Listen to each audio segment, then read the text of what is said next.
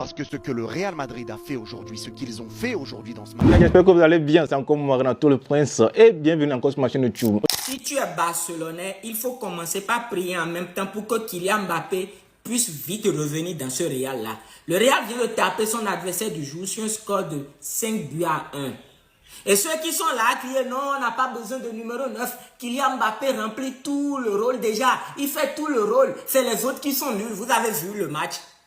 Regardez le premier but de, comment on appelle, Gonzalo Garcia. But d'attaquant, but de tête.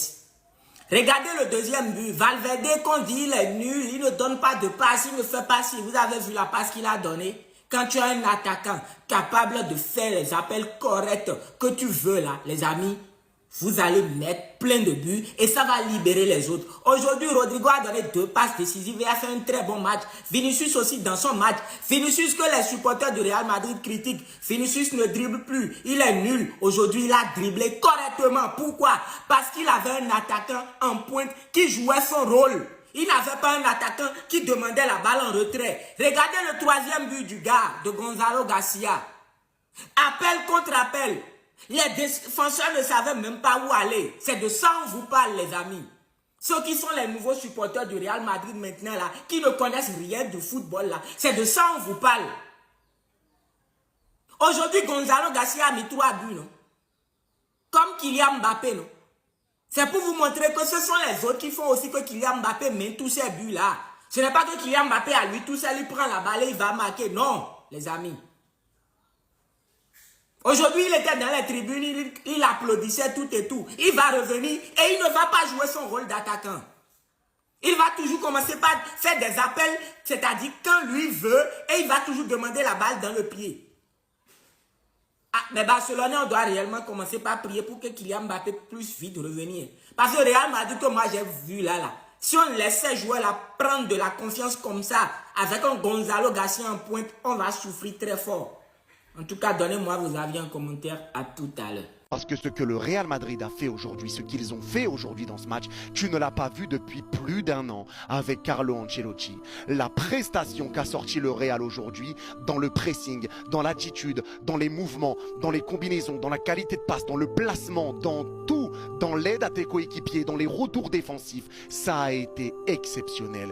Énorme match du Real Madrid et il faut le dire. Et ce n'est pas une question d'adversaire, c'est une question d'attitude, c'est une question de manière de jouer, c'est une manière de faire. Et aujourd'hui, le Real Madrid a été exceptionnel et ça fait longtemps que les Madrilènes ne se sont pas régalés autant devant un match. Xabi Alonso l'avait dit en conférence de presse quand il est arrivé au Real Madrid, je veux que quand les supporters regardent le Real jouer, ils se disent waouh, qu'est-ce qu'on joue bien. Et ça, c'est une réalité. En 3 matchs, Xabi a réussi à transformer cette équipe parce qu'aujourd'hui, le Real Madrid a été exceptionnel. L'attitude, le pressing qui a été mis en place par le Real aujourd'hui, ça a été monstrueux. Avec Gonzalo Garcia qui pressait de partout et qui courait partout. Et lui, on va en parler. Les prochains matchs vont être très décisifs pour Xabi Alonso. En tout cas, moi, je vais enfiler mon plus beau costume pour ma plus belle étoile. Betis, Atlético, Ligan Atlético, une potentielle finale entre Bilbao ou le Barça. Villarreal chez eux, Rayo Vallecano, ça s'annonce très intéressant. Et d'après Visifoot, la confiance est très élevée pour le match contre le Betis. Mais ma vraie question c'est, est-ce que le Real c'est tellement hard qu'ils sont capables de faire mentir Visifoot? Il y a Performant qui analyse des données en regardant la forme des deux équipes. Ce qui me rassure c'est que le Betis ils sont en grande forme. Et de toute façon j'ai vu le match qu'ils nous ont donné. Et quand je regarde le match que Espanyol nous a donné hier, j'ai de gros espoirs pour le Betis. Ils s'en sortent au moins avec le match nul. Mais bon, c'est au Bernabéu. Et qu'ils prennent aussi en compte leurs forces clés. Maintenant, ma vraie question c'est, est-ce que l'IA a pris en compte que Mbappé est absent et que c'est lui qui met quasi tous leurs buts? Maintenant, est-ce que Madrid jouera mieux sans Mbappé? On verra d'ici les prochains matchs. Je vous écoute. Je vous écoute. On est dépendant, non? Je vous écoute. Tu gagnes 5 buts à 1. Ton numéro 9, il met un triplé. Mais tout le monde a été concerné. Tes ailiers, ils étaient libérés, ils faisaient du sale sur le côté. Tes milieux de terrain, ils étaient épanouis, ils faisaient ce qu'ils avaient à faire. Défensivement, on a été assez solide, même si à un moment, c'était un peu bizarre. Quand on vous dit qu'on a besoin d'un numéro 9, vous nous prenez pour des fous. Là, il y a un numéro 9 qui a mis un triplé, mais bizarrement, on va pas se dire, ouais, il y a que lui qui a marqué, il y a que lui qui a fait son match. Non, tout le monde était concerné. Mais quand Kylian, il met des triplés, on est tous en mode, ouais, il y a que Kylian, il porte le Real Madrid. Là, aujourd'hui, il y a eu un autre triplé. Mais personne se dit que Gonzalo Garcia, c'est le seul qui a bien joué. Les gars, au bout d'un moment, Comprenez ce qu'on vous dit. On vous dit pas que Kylian, je sais pas quoi, on l'aime pas, on s'en bat les couilles de ça. Aujourd'hui, vous avez vu le match. Ça fait combien de temps le Real n'a pas marqué 5 buts dans un match? Les gars, c'est criant. C'est criant. Triplé, tu veux quoi? Pied droit, pied gauche, tête, tu vas dire quoi? Les gars, au bout d'un moment, arrêtez de votre Zumba, là. C'est devant vos yeux, vous faites juste semblant, frère. Voilà, nous venons d'assister à une victoire écrasante du Real de Madrid. Une victoire écrasante. Ça, ce sont les effets quand on joue avec un attaquant de pointe de formation. Il a marqué 3 jolis buts. Le premier but de la tête, deuxième amorti avec le pied. Et le troisième but avec une talonnade. Il est très puissant. Nous avons un attaquant de pointe de qualité. Il faut qu'on l'utilise. Il faut qu'on l'utilise au maximum. On a quelqu'un qui a les qualités. Vous avez peur de l'utiliser. Pourquoi? On a quelqu'un qui a les qualités. Vous avez vu, le jeu était fluide. Le jeu du Real de Madrid aujourd'hui était fluide. Voilà, on est arrivé à marquer jusqu'à 5 buts. 5 buts, il y a longtemps. 5 buts. Il y a longtemps, le jeu était fluide. Tout le monde était à l'aise. C'est un bon retour. J'espère qu'on va toujours jouer. Même au retour de Mbappé, j'espère qu'ils vont le mettre sur le côté et mettre toujours un attaquant de pointe de formation. Un attaquant de pointe de formation. Ça va nous faire beaucoup de bien. Et ça fera beaucoup de bien au jeune Gonzalo Garcia. Voilà. C'est un attaquant de pointe de classe mondiale, s'il vous plaît. De classe mondiale. C'est pas n'importe qui. Respectez le petit.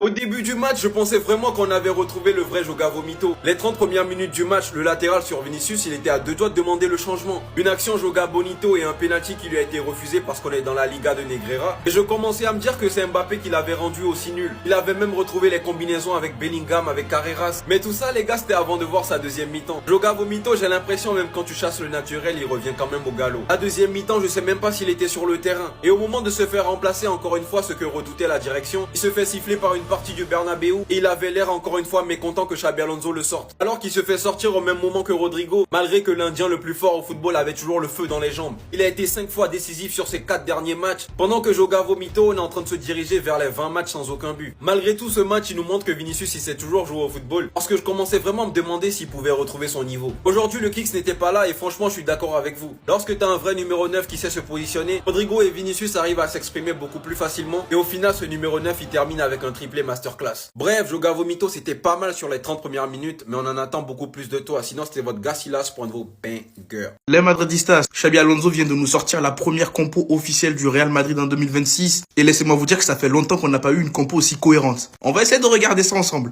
Sur les papiers, on a l'impression de voir une sorte de 4-4 de losange, mais je pense qu'on va plutôt avoir droit à un 4-2-3-1. Déjà au goal, Thibaut Courtois, y a pas de souci. La paire défensive, Rudiger Asensio, dans tous les cas, ne peut pas proposer mieux actuellement au club. Défenseur droit, Valverde, très bon choix. Défenseur gauche, enfin le retour d'Alvaro Carreras à son vrai poste. Au milieu de terrain, je pense qu'on aura un double pivot Tchouaméni Camavinga, je n'aurais pas fait mieux. En 10, on aura Jude Bellingham. À droite, on aura Rodrigo qui sera plus à droite par là, Vinicius à gauche et Gonzalo seul dans l'axe. Et laissez-moi vous dire à quel point ça fait du bien d'avoir une compo cohérente pour une fois. On l'a bien mérité celle-là.